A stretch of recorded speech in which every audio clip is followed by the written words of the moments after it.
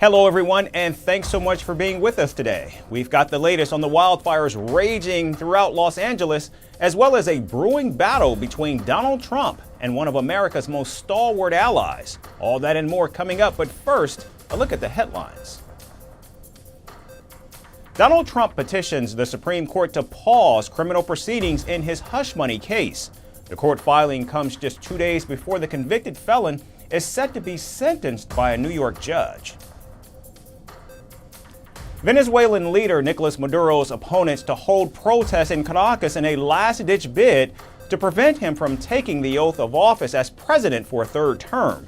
Maduro's loyalists rally in the capital in a blunt warning to his rivals. A Russian bomb attack kills at least 13 people and injures more than 100 in the southeastern city of Zaporizhia in Ukraine. This after a Ukrainian drone strike hit an oil depot in southern Russia on Wednesday.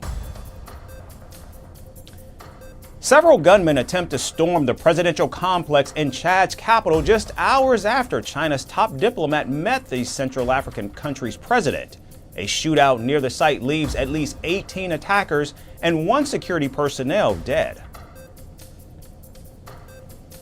And China claims the European Union's investigations into Chinese firms constitute unfair trade and investment barriers. Beijing's remarks comes after Brussels looked into whether the Chinese government subsidies hurt competition in Europe.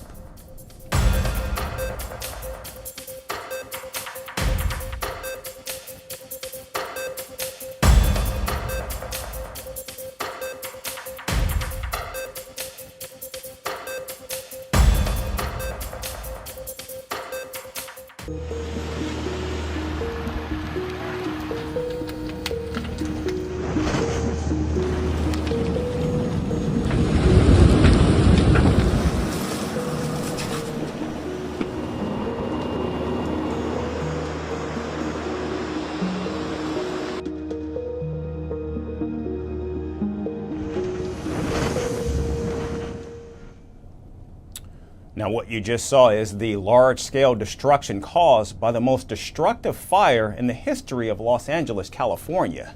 There are now at least 5 wildfires raging across Los Angeles and the neighboring Ventura County with almost zero containment. The latest blaze sprung alive on top of the iconic Hollywood Hills, which includes celebrity homes and landmarks like the Hollywood sign and the Dolby Theater. Authorities say the wildfires have killed at least 5 people, destroyed more than 1,000 buildings, torched nearly 27,000 acres of land, and forced about 130,000 people to evacuate. Now, as the flames rage on, firefighters in Los Angeles are facing an additional challenge: a critical shortage of water. The water tanks that supply 3 million gallons of water to the Pacific Palisades, where the largest wildfire is flaring up, ran dry on Wednesday. We had a tremendous demand on our system in the Palisades. We pushed the system to the extreme. 4 times the normal demand was seen for 15 hours straight, which lowered our water pressure. We were pushing 75 CFS on our trunk line to try to keep water pressures in the system. If there's a message you take away from me today, is I need our customers to really conserve water, not just in the Palisade area, but the whole system, because the fire department needs the water to fight the fires, and we're fighting a wildfire with urban water systems, and that is really challenging. And of course, never one to miss a chance to sow division, Donald Trump blamed California's Democratic Governor Gavin Newsom for failing to contain the natural disaster.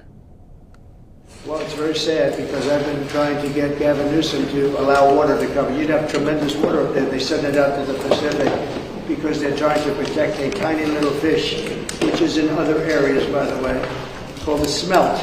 And for the sake of the smelt, they have no water. They had no water in the fire hydrants today in Los Angeles. It was a terrible thing.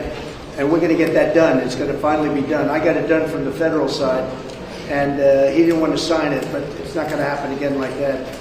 There's no reason. Can you imagine? You have farmers that don't have any water in California. They have plenty of water. They don't have a drought. They send it out to the Pacific, and it's crazy. So what's happening in California is a true tragedy. Now, it's worth noting that when Donald Trump was president in 2019, he planned to pump more water from California's Sacramento-San Joaquin Delta to supply farms. However, his plan fell short after environmentalists and state officials said it would threaten endangered salmon, smelt, and steelhead species of fish. Meanwhile, Los Angeles Mayor Karen Bass is facing a different kind of fire. She's receiving massive backlash on social media for being in Ghana to attend the inauguration of its new president while the fires rage in her city. I know the world is looking at images of our city's devastation. I have seen the front lines of the Palisades fire, and it is staggering. I spoke with President Biden today and Governor Newsom earlier today, and they assured me of full federal and state support. Now, a mandatory evacuation has been issued in the Hollywood Hills following the spread of the wildfires. The homes of several celebrities, including Paris Hilton, Billy Crystal, and Mandy Moore, have in fact been destroyed. Meanwhile, Jamie Curtis, Maria Shriver, Mark Hamill, and James Woods are among the stars who were forced to evacuate. Other stars who own property in the area include Adam Sandler, Ben Affleck, Tom Hanks, and Steven Spielberg. The blaze has also postponed award ceremonies and filming of several movies and shows, disrupting the entire film and television industry. And staying in the United States, Elon Musk has ramped up his attacks on billionaire George Soros after writing a long thread on his social media platform X. The latest attack comes just days after President Joe Biden awarded Soros the Presidential Medal of Freedom. Now, the 94-year-old billionaire was unable to attend the ceremony, and the prestigious award was received by his son, Alex Soros. However, Elon Musk's rant against Soros began right after the medal award was given to his son when the Tesla CEO likened George Soros to the Emperor Palpatine of Star Wars. And not stopping there, Musk again accused the philanthropist and billionaire of harboring hate towards humanity and the Jewish people. Mind you, Soros himself is Jewish. Musk has accused Soros of donating $15 million to organizations that work with Hamas, which has helped the terror group end the ongoing war with Israel. The Tesla and SpaceX CEO then accused George Soros of interfering in democracies globally and even funding and orchestrating regime changes across the world. Now, it's not just Elon Musk who's been railing against the Democratic rainmaker. In fact, Donald Trump has long accused Soros of funding and influencing the district attorney overseeing his hush money trial. So this was a very big day, a very revealing day. As you see, their case is totally falling apart. They have nothing on books and records, and even something that should bear very little relationship to the case. It's just a disaster for the DA, for the Soros-backed DA. It's a disaster. This was a rigged, disgraceful trial. The real verdict is going to be November 5th by the people. And they know what happened here, and everybody knows what happened here. You have a Soros-backed DA, and the whole thing, we didn't do a thing wrong. I'm a very innocent man, and it's okay. I'm fighting for our country. I'm fighting for our Constitution. Our whole country is being rigged right now. And it's not just Elon Musk and Donald Trump, but international right-wing leaders, including Viktor Orban and Benjamin Netanyahu, have also been critical of George Soros and have accused the billionaire-turned-philanthropist of meddling in their countries. We see that the vast network of world power and the worldview of the liberal life embodied by the Soros empire is now being pushed out of America. And now only Brussels is in its hands.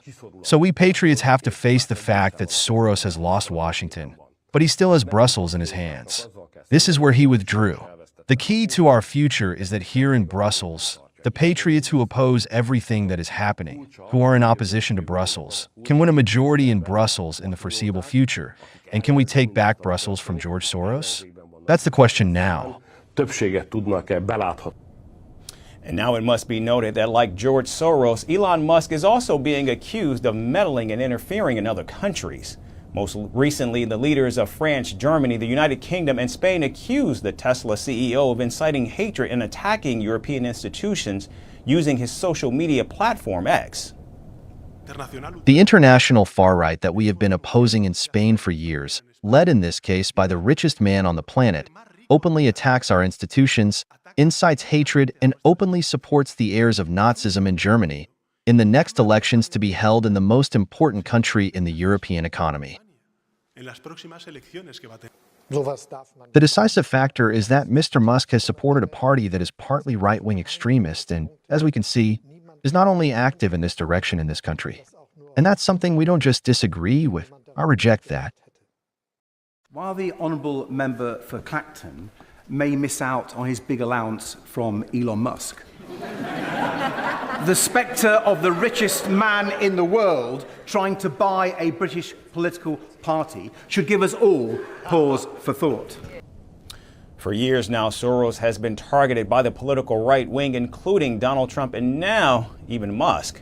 However, with Musk himself facing accusations from America's closest allies over political interference, it looks like the two billionaires have similar practices, but for their own interest. And speaking of Donald Trump, the president-elect shared a video on his social media platform Truth Social criticizing Israeli Prime Minister Benjamin Netanyahu in not so pleasant language. The clip shows economist Jeffrey Sachs calling the Israeli leader a deep, dark SOB. Sachs also accuses Netanyahu of manipulating U.S. foreign policy to wage endless wars in the Middle East. The clip is a snippet of an interview where Sachs talked about Netanyahu's strategy for eliminating Hamas and Hezbollah. He claims the Israeli prime minister has been following a systemic plan since 1995 to eliminate Hezbollah and Hamas by toppling their supporting governments in Iran, Iraq, and Syria. The Columbia University professor added that Netanyahu has been trying to get the United States to go to war against Iran. Netanyahu had, from 1995 on, the theory that the only way we are going to get rid of Hamas and Hezbollah is by toppling the governments that support them. That's Iraq, Syria, and Iran, and the guy is nothing if not obsessive, and he is still trying to get us to fight Iran to this day this week. He is a deep, dark SOB, sorry to tell you.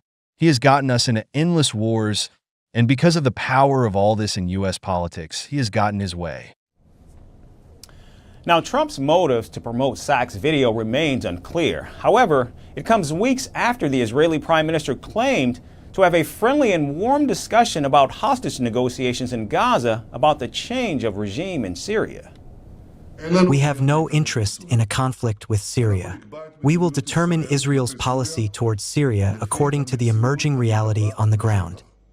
I discussed all of this again last night with my friend, U.S. President-elect Donald Trump.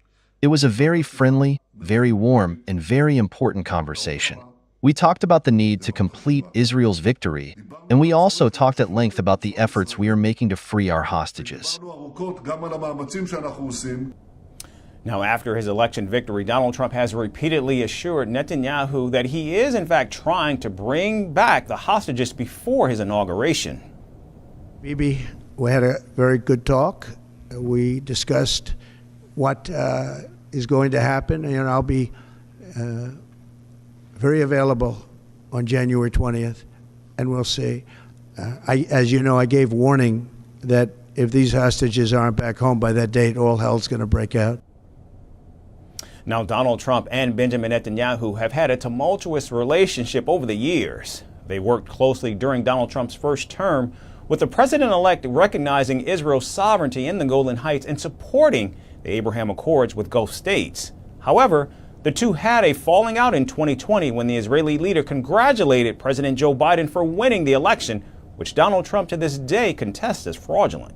Later, Trump accused Netanyahu of disloyalty and even used the F word while interviewing for a book about his Middle East peace efforts. With Donald Trump's just days away from taking office, it remains unclear, however, why he shared the video now and whether he will resume ties with Netanyahu or hold grudges. Meta, the parent company of Facebook and Instagram and Threads, has ignited controversy with sweeping changes to its moderation policies. The new guidelines allows users to accuse LGBTQ individuals of mental illness, shocking many who once viewed Meta as an ally. This dramatic shift starkly contrasts with the platform's 2021 ban of Donald Trump for inciting violence during the January 6 Capitol riots. Critics have called the move a dangerous rollback of protections for marginalized groups. Here's more on the about face by the social media giant. Social media platforms bridge gaps and connect people worldwide. However, they also serve as tools for hate, misinformation, and abuse.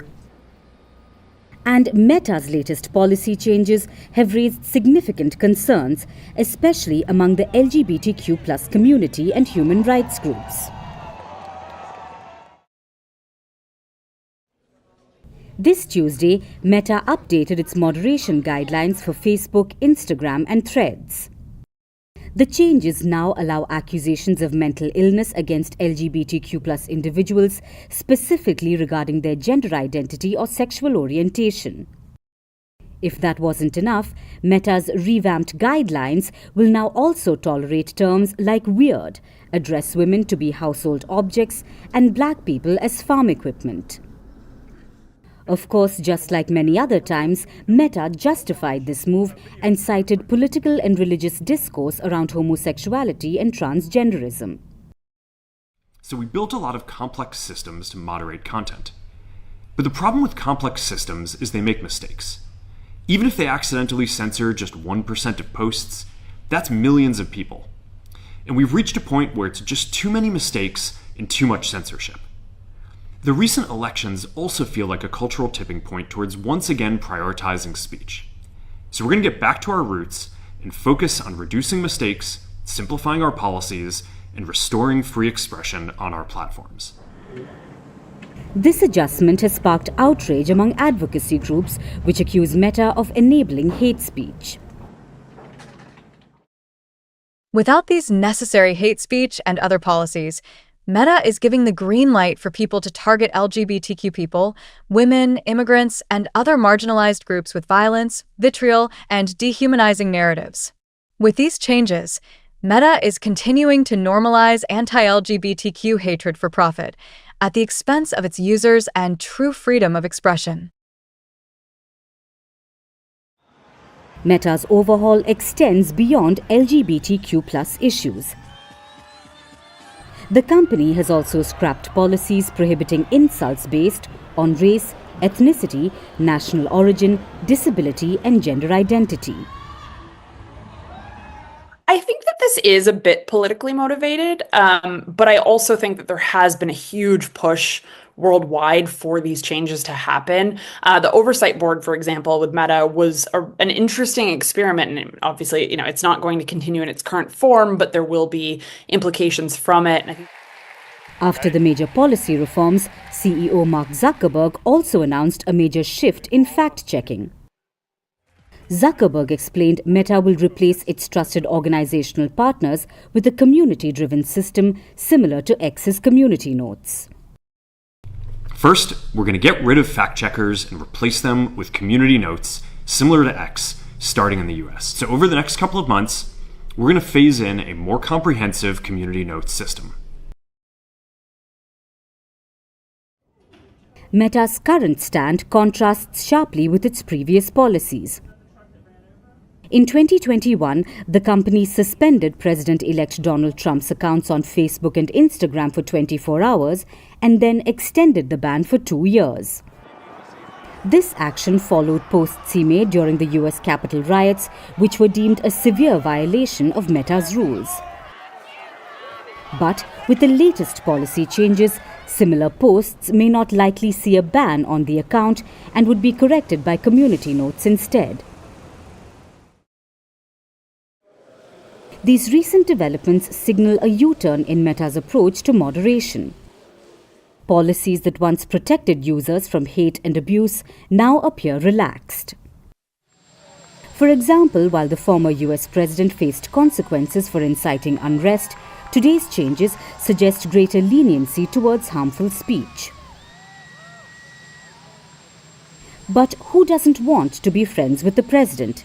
It seems like Zuckerberg is doing everything to join Trump's inner circle, even if it means more hate speech online. From meeting the president-elect at his Florida residence to the company donating $1 million for his second inauguration, the tech giant is doing everything to be in Trump's good books, including appointing hardcore Trump supporters to its board like UFC CEO Dana White. Meta's policy changes have profound implications for online discourse. By allowing targeted accusations and removing protective guidelines, the platform risks becoming a breeding ground for hate and misinformation. Once a champion of safeguarding speech, Meta now faces accusations of abandoning its responsibilities. And critics ask, how far will Zuckerberg go with his political agendas?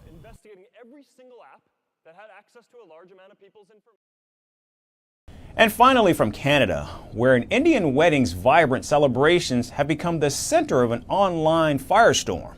A local resident was so disturbed by the drumming and dancing near her home that she called for the deportation of Indians.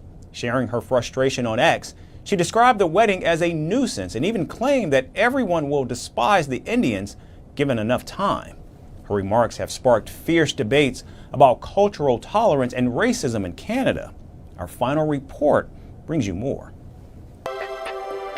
Weddings are moments of joy, bringing families together to celebrate love. In India, they are grand affairs filled with music, dancing, and vibrant traditions. However, when such celebrations take place abroad, they often become targets of unwarranted criticism, revealing underlying prejudices.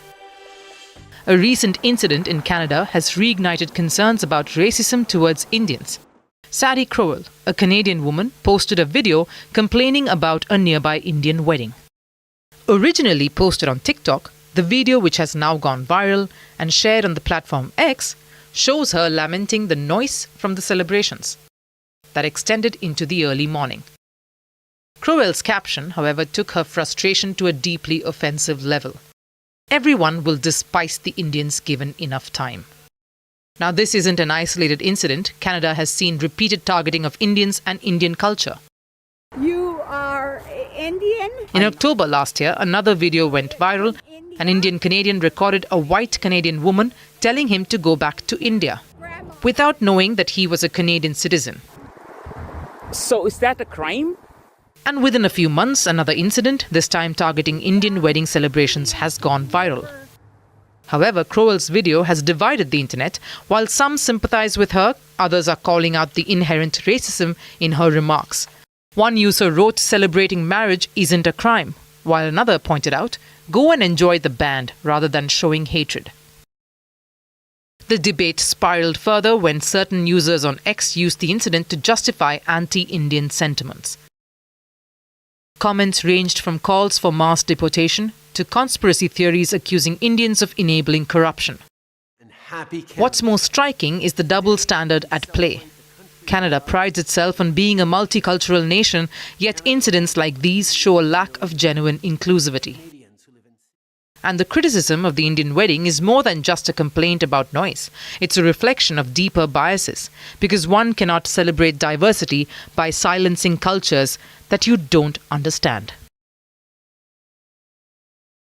That's all we have time for today. We certainly thank you as always for tuning in. We look forward to seeing you right back here again tomorrow. Thanks again, everyone, for watching. Donald Trump's return to the Oval Office is imminent. He will soon take the oath of office and once again lead the nation. God spared my life for a reason. President-elect Donald Trump's first priority tackling illegal immigration and securing the nation's borders. We're going to fix our borders. The incoming administration has prioritized the Russia-Ukraine war.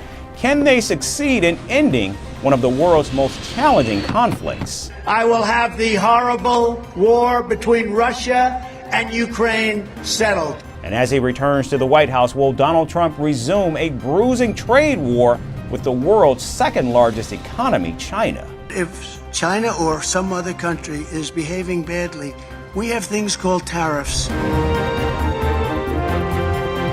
All of this and more right here on Firstpost America.